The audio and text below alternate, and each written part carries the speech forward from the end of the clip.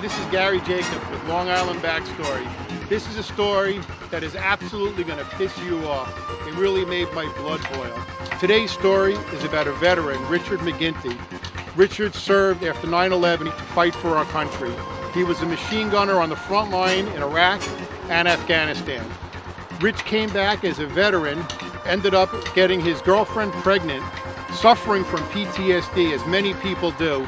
And believe it or not, this was used against Rich so that he now has an order of protection against him and can't see his own child.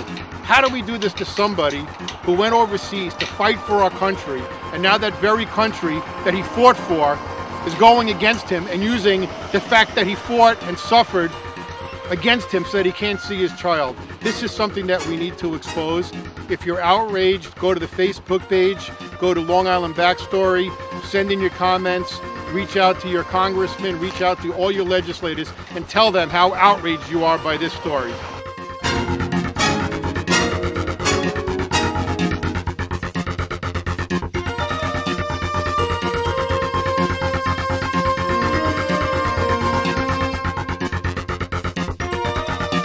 Welcome, Rich. Before we start this story, which is a horrific story, I got to thank you for your service.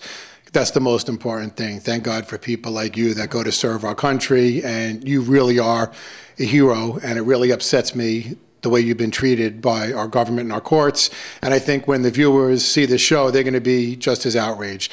Let's start at the beginning of this long story.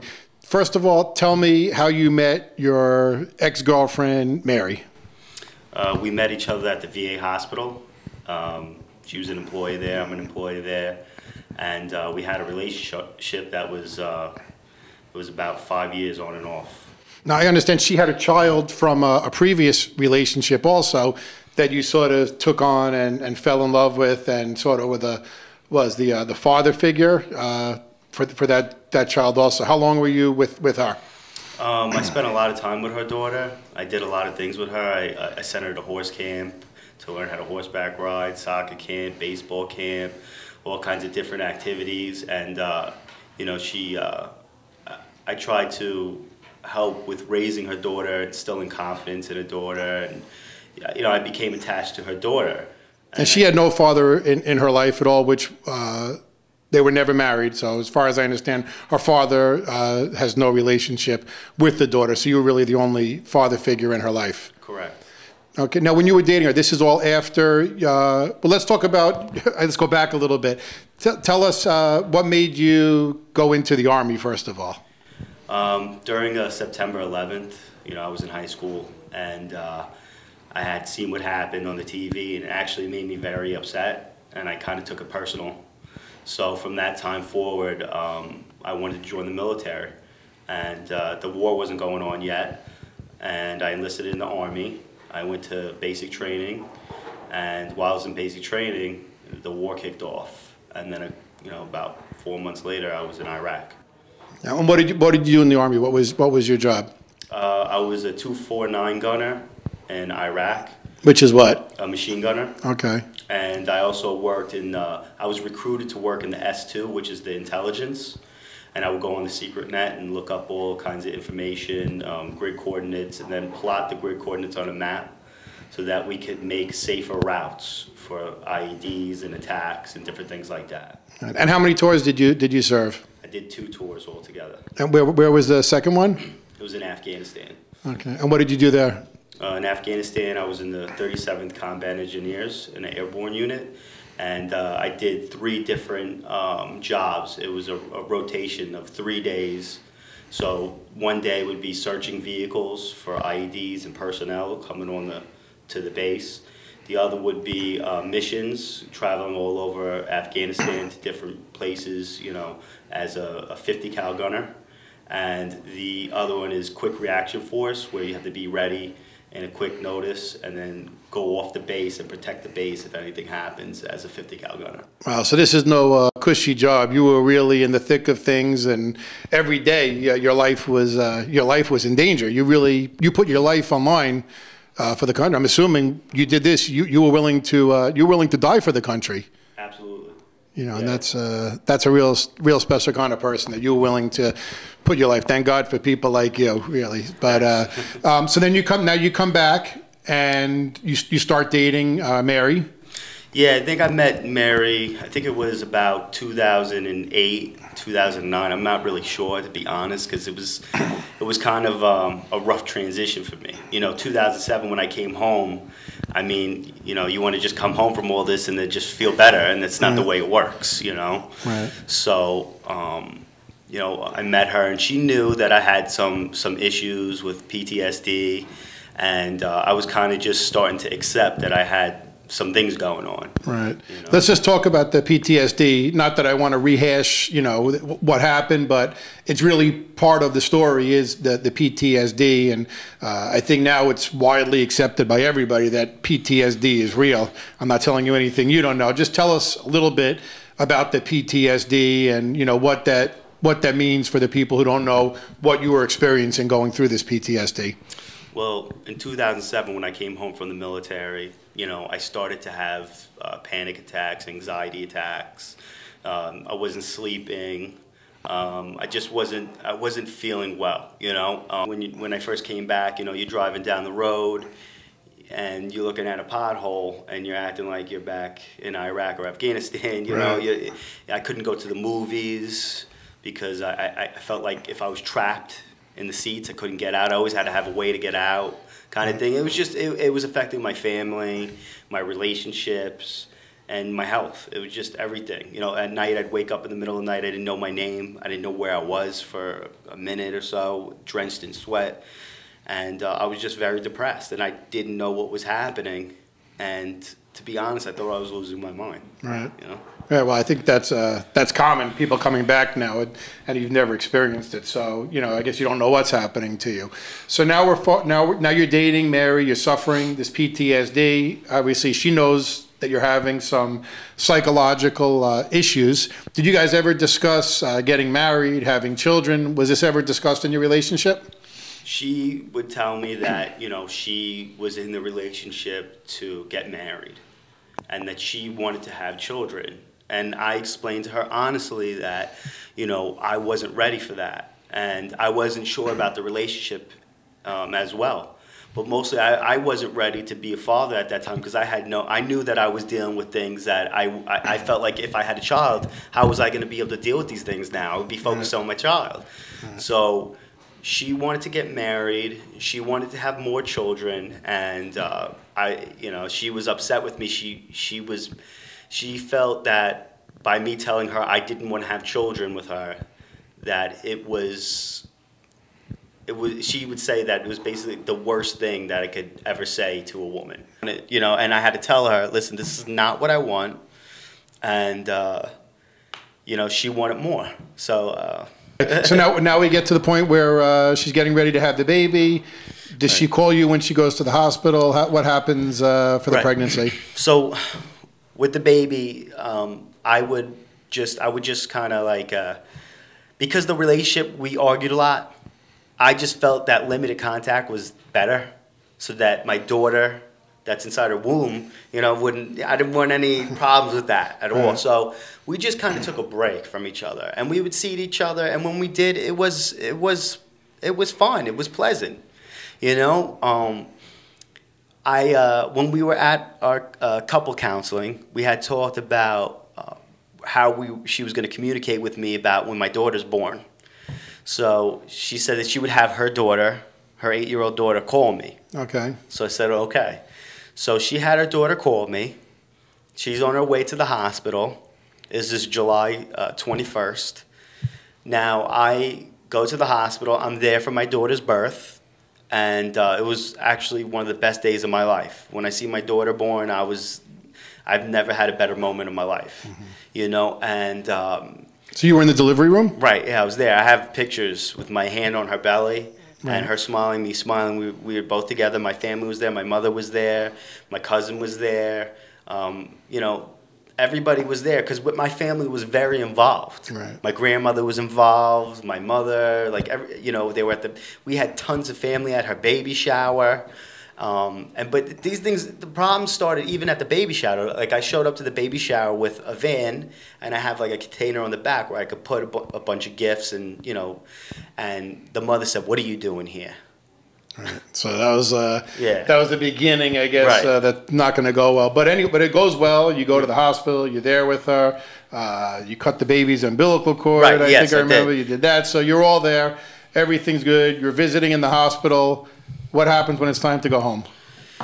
So each day that I was there, I would bring food up to her. I would ask what she wanted, Gatorades, whatever. The third day, I go back up to the hospital, and I tell them that I'm going to go to her room. And when I get to the room, when I get up there, they tell me that she checked out. Wow. She didn't tell me. She didn't tell me she left, nothing. And so I was hurt. You know, like I was sad. I wanted to see my daughter go home for the first time. This is my firstborn. So, I want to help. I want to do whatever I need to do to take care of my daughter. So I drive to her house and I wait for her because she's not answering my calls. And then her and her mother show up with my daughter and her other daughter. And I didn't say anything because I just wanted to be around my daughter. So I just like, do you guys need help with anything? What do you need? So they were telling me to get this, get that, do all these different things, put things together, whatever. Right. So, and I was happy to do it because it's for my daughter. Right. And I want to make sure that my daughter's comfortable, And then we had set up a schedule that I would come there on during the week it was like 4 o'clock to like 7 o'clock. And I would help out with the baby. And then I would just go home.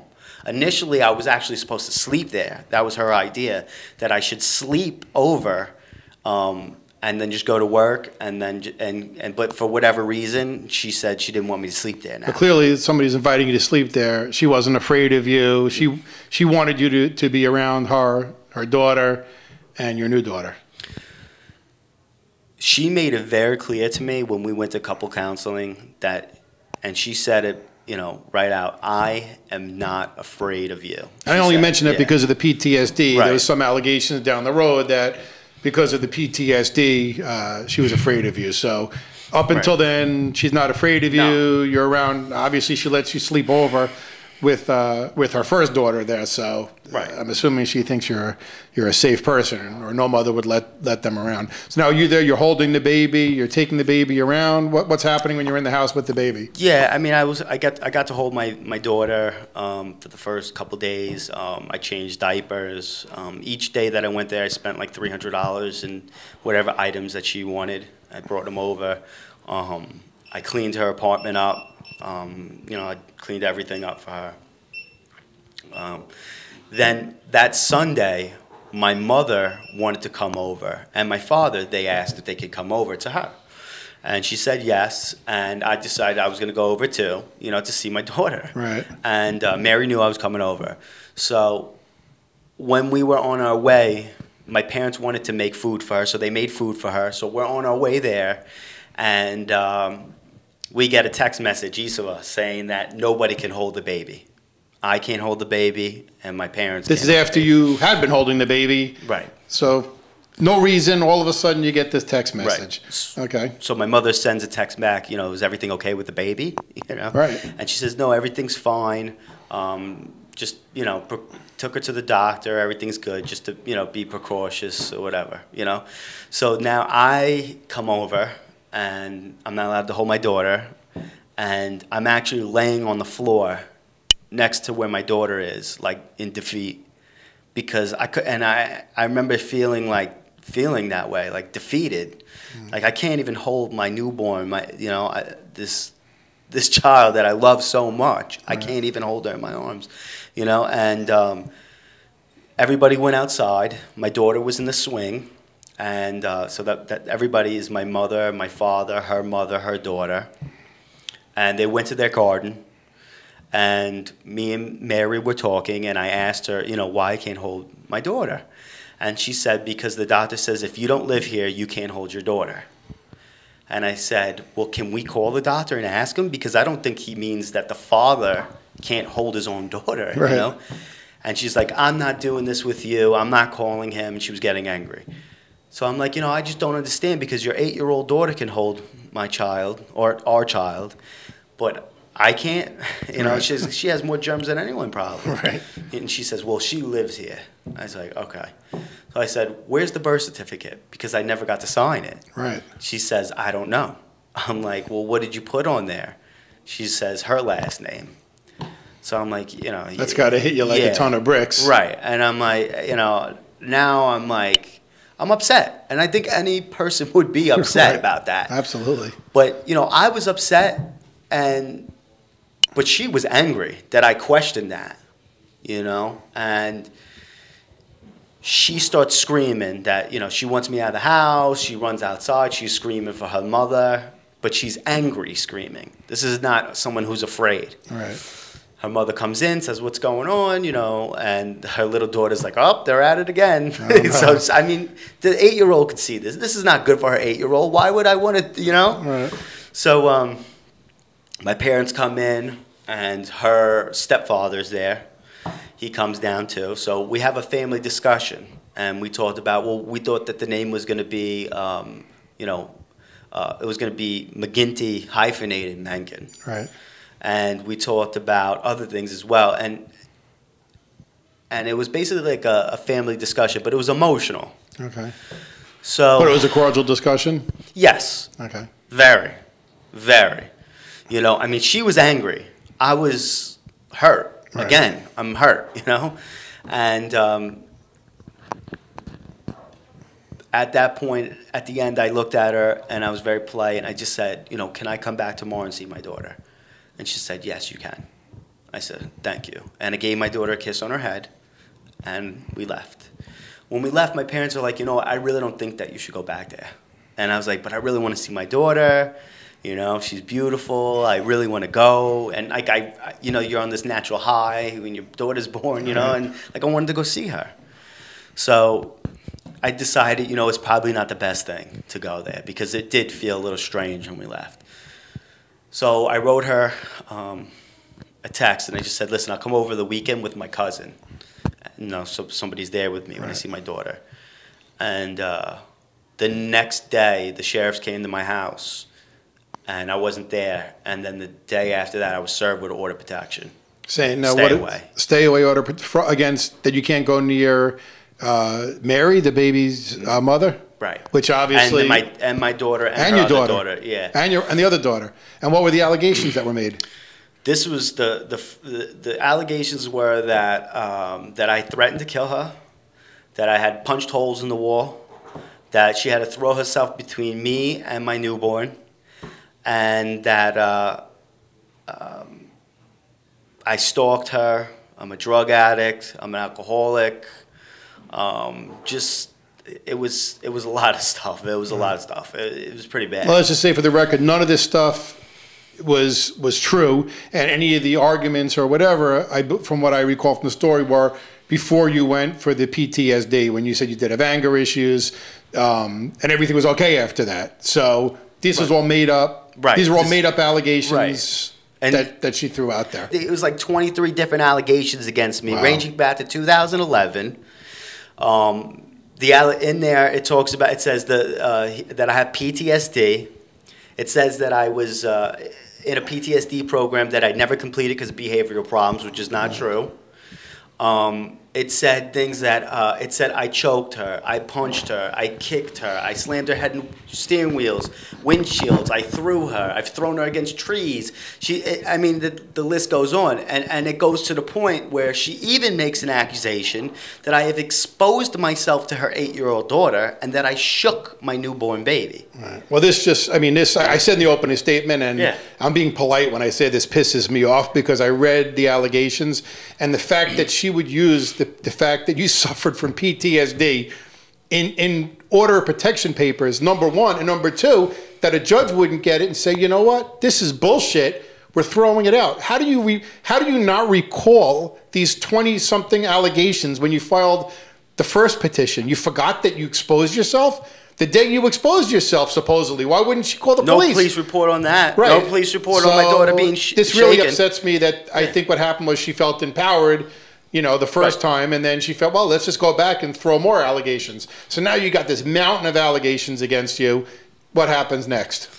So then it became, we went to court, and then the judge looked at my paperwork, and he couldn't believe that I was back. Right. He said, he said, your case is one of two cases that has been going on this long, way too long than he liked it to go. And he said, my case had been going on the longest. Right. So he's like, this is going to get resolved today, and either you go to trial, you resolve it, or we go to trial today. And so we went out, and then they agreed on visitations to take place at a library with my mother present, and then her mother, again, is involved. But we're going back. Why in a library? Why can't you take your own daughter back to your house? And nobody ever told me why. You know, nobody told me specific reasons of why. It's been very hard because she's made all these allegations, and I've had to pay all these lawyer fees. I've had to go to EAC and walk through metal detectors and pay $50 every time I see my daughter. I had to hire a forensic psychologist. I had to, the embarrassment of being in court with these allegations against me. You know, just, I mean, the fact that I'm not getting to be with my daughter as much as I'd like to be. I mean, how much time has gone? How old is your daughter now? My daughter's 6 months. This has been going on since she left the hospital. Basically, I mean the first week of my daughter's birth. I think if you calculate 6 months, what would you say you spent with your daughter? 10 hours?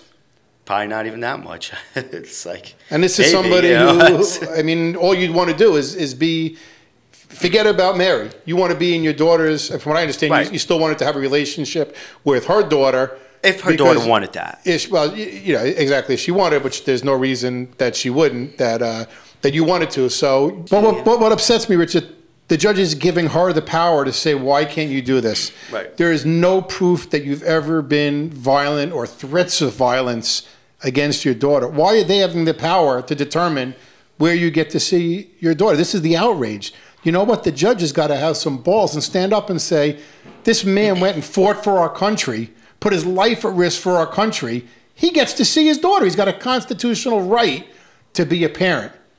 Right. And you're not being a parent having visitation, which is what it is. It's not parenting. This is visitation right. with a third-party observer when there's no reason that you should have it. And the judge has got to put her foot there. Who's the judge that you have that's letting this go on? Fundulas. Judge Fundulas, and that's in Suffolk County, right. Suffolk County Family Court in Central Islip. Right. Well, I hope somebody's listening that sees this, and hopefully the judge sees it.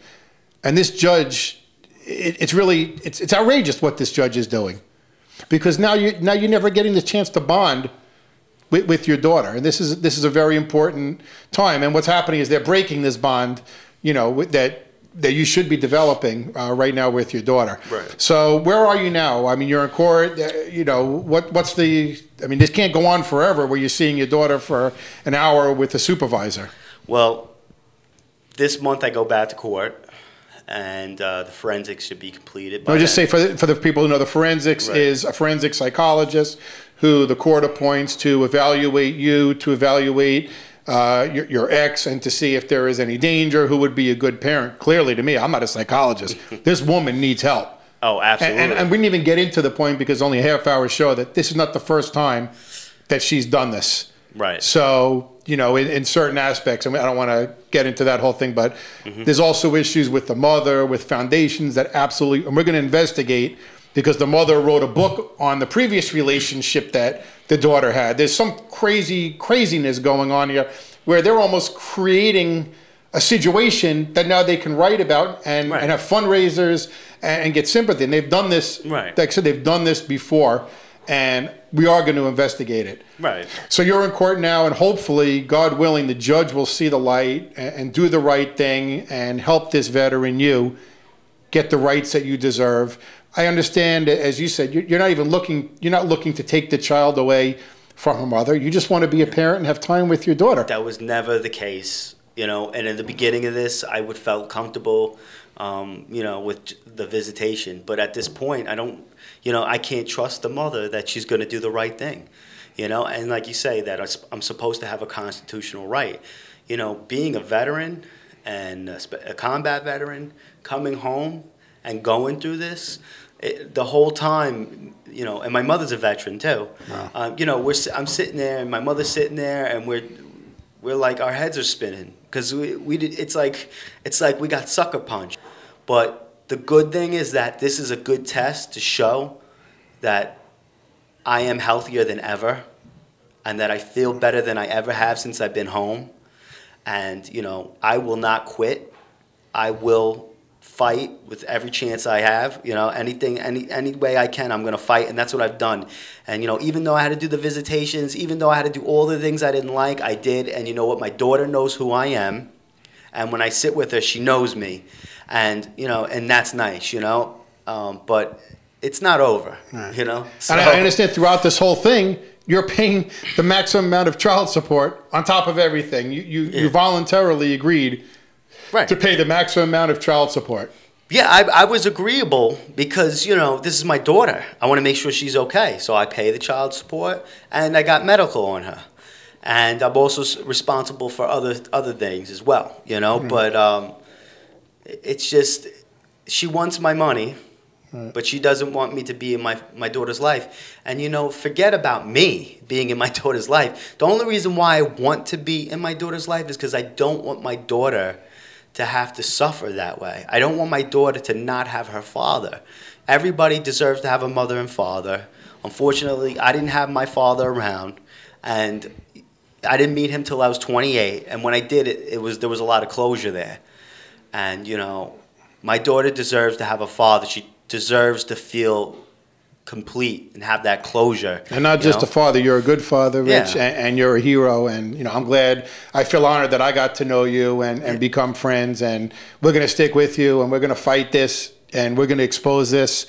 And we're not going to let the courts, because you know what? Mary is trying to abuse you. She did it to the first, I hate to use a term, but the first baby daddy, and she's trying to do it to you with her mother, and we're not going to let her do it. We're going to keep exposing this story. And this Judge Fondoulis, if you're listening, we're not going to let this be silent. We're going to expose it.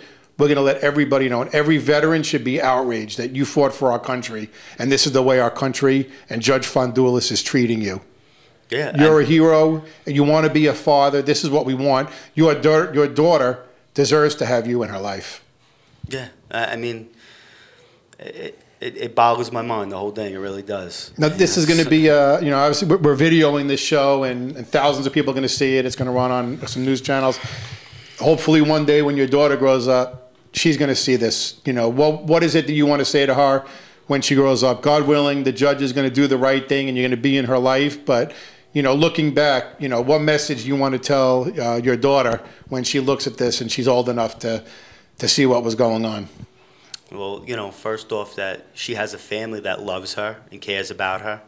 We have a big family, you know, my mother, my sister, my father, great-grandparents, you know, and that I will never quit, you know, because if I'm going to go to Iraq and Afghanistan and I'm not going to leave one of my guys behind, then I'm sure as hell not going to leave my daughter behind. So I will never quit. I will never give up. And I don't care how long it takes, as long as I'm moving in the right direction. You go, my friend. Yeah. Keep it up. We're with you. Thank you. Good job. All right.